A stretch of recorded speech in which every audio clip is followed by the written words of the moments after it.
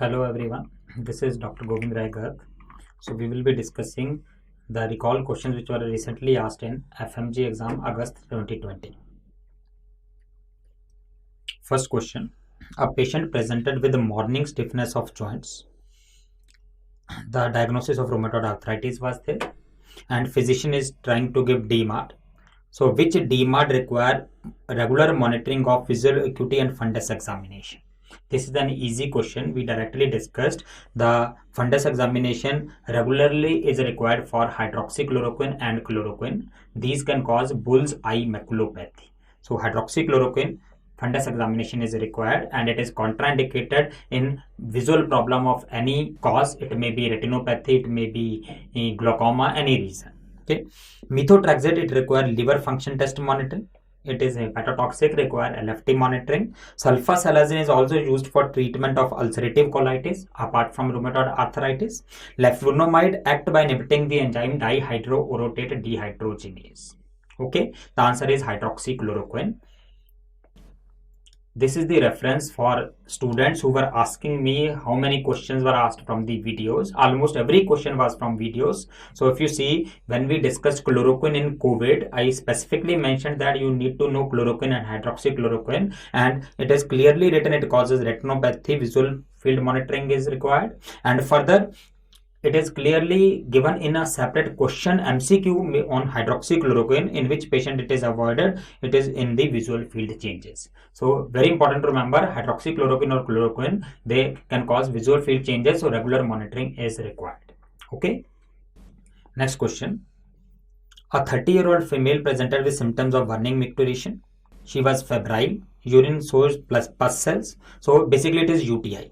Question is, which fluoroquinolone is least likely, read carefully, least likely to be effective in UTI. So if you remember guys, we discussed a mnemonic called PMT. Remember we discussed PMT is safe in renal failure. अगर kidney fail हो गई तो भी PMT दे सकते हैं. So fluoroquinolones which are safe in renal failure, these are pfloxacin, moxifloxacin and trovafloxacin. Now question is, why they are safe in renal failure? Because they are not excreted by kidney. Because they are not predominantly excreted by kidney, they do not go to kidney, so obviously they will not treat UTIs also. Clear? So these are least effective in UTIs. Clear? So the answer is easy here. Moxifloxacin is the answer. Least effective fluoroquinolone in urinary tract infections. Okay. So this is the reference. We discussed renal failure, PMT is safe. Okay. Next question. A patient presented with heart disease, breathlessness, there is pedal edema, there is clubbing clearly shown. So it is CHF. Clearly they have given the diagnosis of CHF. So which is the best drug for treatment of edema? So which diuretic is used for edema? Yes, it is loop diuretic. In congestive heart failure, loop diuretic like furosemide is used. And how loop diuretics work? They inhibit sodium potassium 2 chloride pump. So the answer is easy. Sodium potassium 2 chloride sympater inhibitor in loop of Henle. So that is the answer. Sodium chloride sympater is inhibited by thiazides. They will be less effective. Aldosterone blockers in GCT, example is spironolactone, and AC inhibitors, drugs ending with pril. Okay, so these are all drugs can be used in CHF, but for edema we use loop diuretics. So loop diuretic which inhibits sodium potassium 2 chloride pump. Okay. So this is the reference we discussed clearly in the videos. Loop diuretic furosemide inhibits sodium potassium 2 chloride pump used in congestive heart failure. High ceiling diuretic. Okay. Next question. A patient of pancreatic carcinoma has severe pain. Initially it was controlled on morphine, but when we continuously use for few weeks, then pain is not relieved as much. Same dose of morphine is not able to relieve the pain. So guys, what it is called as? Yes, it is called tolerance. Same dose is not able to produce same effect. It is called tolerance. And why tolerance occur? Because of down regulation or desensitization of receptors. Remember, when continuously agonist is present, the receptor will down regulate or desensitize, the effect will decrease. Okay? So the answer is easy, desensitization of opioid receptors. Okay. And this is the reference we clearly discussed in opioids. There is tolerance and we discussed the mechanism how it occurs because of decrease in number of receptors. Okay. Moving to next question. A patient presented with pain and redness in grade 2. Uric acid level is high. Gout is there. So question asked is, which enzyme is likely to be inhibited for treatment of gout? So we want to decrease uric acid formation, and uric acid is formed by, yes, the enzyme xanthin oxidase. It convert xanthin to uric acid. So which drug inhibits xanthin oxidase? Yes, it is allopurinol. Allopurinol is a drug of choice for chronic gout. It inhibits xanthin oxidase enzyme. So the answer is easy here, xanthin oxidase. Okay, and this is the reference we clearly discussed. Xanthin to xanthin oxidase, uric acid is formed by xanthin oxidase inhibited by allopurinol for treatment of gout. Okay, next question. A patient was receiving anti-cancer therapy, presented with high-grade fever and sore throat. So symptoms of infection. Hemogram revealed TLC of 2000. Normal TLC is 4000 to 11,000. Here it is only 2000. That means neutropenia. So what is happening is, due to anti-cancer drug, the person developed neutropenia, and because of less neutrophils, the person developed infection. So which of the following will likely to be effective? So which drug will increase the neutrophil count? So it will be granulocyte colony stimulating factor, GCSF, and the drugs which end with GRASTIM, granulocyte stimulator, GRASTIM. So granulocyte colony stimulating factor like filgrastim, they are used for treatment of neutropenia due to anti-cancer drugs. Okay, so oprelvecin, other options we can discuss. Oprelvecin is interleukin 11. It is used for thrombocytopenia. Romiplostim also stimulate platelets. The name says platelet stimulator, Plostim. It is used for ITP, idiopathic thrombocytopenic purpura, and erythropoietin will increase RBCs. So it is used for anemia due to anti-cancer therapy. Okay. So this is the reference we clearly discussed about GRASTIM and Gramostim. So with the mnemonic we have discussed, these are used for neutropenia. Okay. Next question.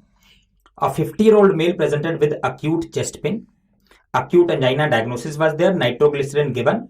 Relieved the pain in 5 minutes. What is the mechanism? Simple question is, what is mechanism of nitroglycerin? So nitroglycerin, the name says nitro. So it acts by releasing nitric oxide. Nitric oxide increase cyclic GMP. Cyclic GMP cause vasodilation. So predominantly it dilate veins. So that will reduce the preload. Work of heart is reduced. So pain is relieved. So nitroglycerin is drug of choice for acute attack of angina.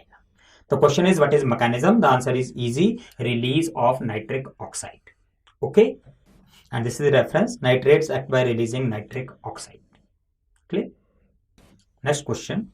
An old male has low backache and very high levels of PSA. PSA levels more than 100. Clear? And diagnosis of prostate cancer is made. So basic question is, which drug is used for prostate cancer among these? So if you remember, for prostate cancer we use gonadotropin releasing hormone agonist as well as antagonist. Agonist whose name end with relin, they are given in continuous manner, then they will decrease the gonadotropin, treat the prostate cancer. And antagonist can be given in any manner, they will always decrease gonadotropins and treat prostate cancer. So drugs ending with relin or relix are used in prostate cancer, and from the options we have one drug ending with relin, it is goserelin, so used in prostate cancer. Okay, so this is the reference we discussed in the videos. The drugs ending with relin and relix, their uses also we discussed. So answer goserelin is given in the reference here. Okay, next question. A patient has a resting tremor, rigidity and bradykinesia. Diagnosis of Parkinsonism. So basically person has Parkinsonism, which is not indicated, which therapy is not given for Parkinsonism. So here we will revise the concept. In basal ganglia in a normal person, the level of acetylcholine and dopamine are balanced. So dopamine, acetylcholine, they are balanced. The problem in Parkinsonism is dopaminergic neurons are degenerated, so level of dopamine decrease. So dopamine is lesser, acetylcholine is normal. So relatively acetylcholine appears higher. So for treatment we have to restore the balance, and balance can be restored by two methods. Either we increase dopamine, because dopamine is less, we will like to increase dopamine. So this can be done by drugs like levodopa or by pramipexole like drugs.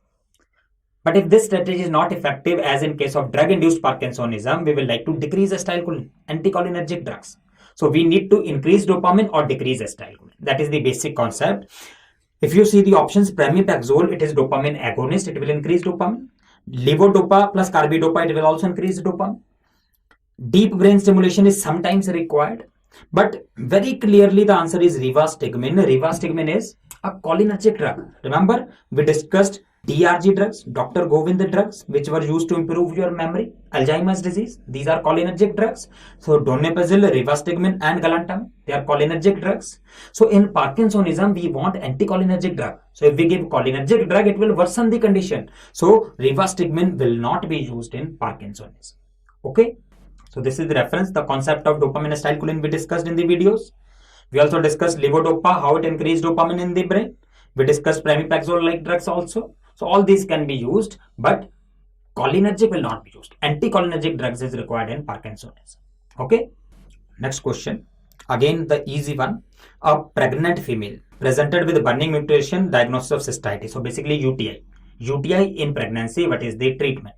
So if you remember, we discussed in pregnancy, the antimicrobials which are safe are remembered as PCA. Paracetamol is safe in pregnancy, not paracetamol, just to remember PCA. So these are penicillins, cephalosporins and macrolides. They are safe in pregnancy. So among the options, only one is penicillin, which is amoxicillin. So the answer is amoxicillin. Trimethoprim sulfamethoxazole means co-trimoxazole. It is contraindicated in pregnancy. Ciprofloxacin is a fluoroquinolone. It is contraindicated in pregnancy because it can affect the growing cartilage and tendon in the baby. Doxycycline is a tetracycline. It is contraindicated in pregnancy because it can affect the growing teeth and bone. So the safest is amoxicillin, and that is the answer here. Okay. And you can see the reference. We discussed clearly PCM is safe in pregnancy. Stat and mnemonic, 2 questions have directly come. Okay. Next question. A female has severe shooting pain on touching the face, chewing, speaking, brushing. So basically, it is a clear-cut symptom of trigeminal neuralgia. So what is the drug? So basically, drug of choice for trigeminal neuralgia, direct question, stat question, it is carbamazepine. Carbamazepine is a drug of choice for trigeminal neuralgia. And this is the reference given. Carbamazepine, drug of choice for trigeminal neuralgia. Okay. Next question. What is true about aliskiren? Now, if you remember the name ending with kiren, any drug whose name ends with kiren, you can see it says I means inhibit, ren means renin. So these are the drugs which inhibit renin. They are inhibitors of the enzyme renin. They are very similar to the AC inhibitors and ARBs, which stop the renin-angiotensin pathway. So all these drugs, when they inhibit renin, these drugs or the other drugs which inhibit the function of renin like ACE inhibitors, ARBs, but body will do compensatory, body will try to produce more renin because renin is not able to work. So compensatory increase in renin occurs. So all the drugs, ACE inhibitors, ARBs as well as renin inhibitors, they will compensatory increase renin activity. Remember, in this case, renin level will be low, high, but activity will be low. But in all other cases, level will also increase, activity will also increase. Okay. Now, second thing is, like AC inhibitors, these are very, very safe drug in diabetic patients.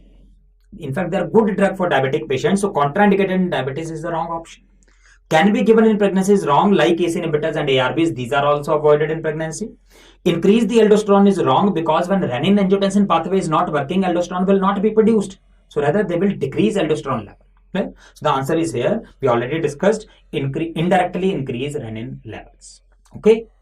And this is the reference. We discussed about renin inhibitors clearly, and they inhibit the renin, compensatory increase in renin. That all we discussed. Okay. Next question. A 20-year-old male is on low dose oral steroid therapy. Read very carefully, oral steroid therapy since many years, and now they develop progressive loss of vision.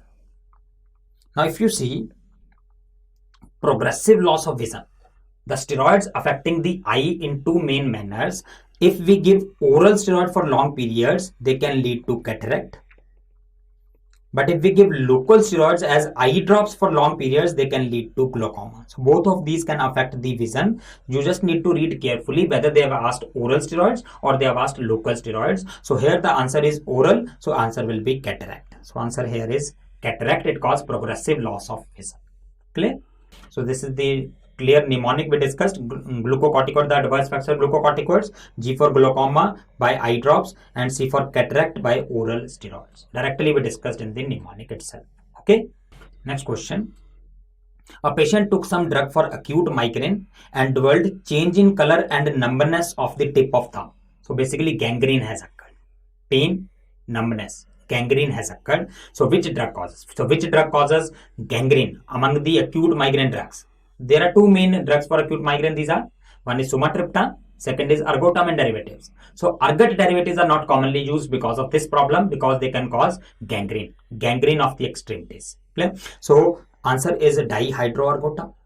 And when gangrene has occurred because of vasoconstriction, we need to cause vasodilation. So sodium nitroprusside is given. So sodium nitroprusside is given for treatment. The question is that dihydroergotamine can cause gangrene, which can be treated by nitroprusside. Okay. So this is the reference we discussed. Ergotamine, it increase vomiting also, it cause gangrene also. In Parkinsonism also we discussed ergot derivatives can cause gangrene. So they are not the preferred drugs. Okay. Next question. A child presented to emergency with GTCS since 30 minutes. Now read carefully guys. This child is having GTCS, but because GTCS is lasting for so long, that means repeated attacks must have occurred. So it is a case of status epilepticus. Airway has been secured, but child is still having seizures. So that means status epilepticus is ongoing. So what is the drug used? So drug of choice for status epilepticus are benzodiazepines. The preferred drug is lorazepam. If that is not present, we can give diazepam. So the answer here is diazepam. So guys, read carefully. It is status epilepticus, not GTCS. Okay. So answer is diazepam. So if you see, we discussed in the videos also, the benzodiazepines like diazepam, etc. They are used in status epilepticus and febrile seizures. Okay. Next question. A person from non-endemic area visited India and was given prophylaxis for malaria. How long the person should take? So we discussed it clearly. For prophylaxis of malaria, if a person moves to endemic area and plan to stay here for less than 6 weeks, we will give short-term prophylaxis. If the person plans for more than 6 weeks, it will be long-term prophylaxis. Drug of choice for short-term prophylaxis is doxycycline, whereas for long-term prophylaxis, it is mefloquine. Doxycycline is started 2 days before the journey and continues for 4 weeks after the journey. Person has left that area. Mefloquine, on the other hand, is started 2 weeks before and continued 4 weeks after. Clear? So if you see, both the drugs must be continued 4 weeks after the person leave the endemic area. Clear? So question here is how long the person should continue the drug after leaving from India. So answer will be 4 weeks. Clear? So this is clearly discussed in the video also. So 4 weeks after. So the drug should be continued 4 weeks after the person leave the endemic area. Okay. Next question. It's easy one. A child took several tablets of iron and iron toxicity symptoms are given, vomiting, abdominal pain, etc. So standard treatment protocol, that means decontamination, Ryle's tube, etc. all has been done. So what is the antidote? The direct question, what is antidote for iron poisoning? So it's easy, desferrioxamine, which is in the name itself contain ferri means iron. You know, ferri, ferrous, these are terms for iron. So desferrioxamine. So ferrioxamine, so that is for iron toxicity, desferrioxamine. Okay. And in the video also clearly we discussed iron poisoning, we give desferrioxamine. Okay. Next question. Adrenaline acting via beta-2 receptor cause bronchodilation, whereas histamine acting via H1 receptors cause bronchoconstriction. So first of all, the actions are opposite. One is causing constriction, one is causing dilation. So when there are opposite action, it is antagonism. So these two drugs are antagonists. Antagonism is shown. Clear? But if the drugs are acting on same receptors, it is called as pharmacological antagonism. Like if adrenaline cause bronchodilation by acting on beta-2 and propranolol causes bronchoconstriction by blocking beta-2, it is called pharmacological antagonism. So if the receptor is same, it is pharmacological. But on the other hand, if receptors are also different, as in this case, adrenaline through beta-2 is causing bronchodilation, whereas histamine through H1 is causing bronchoconstriction. Opposite. Action opposite, but receptor different. Then it is called as physiological antagonism. So answer here is physiological antagonism.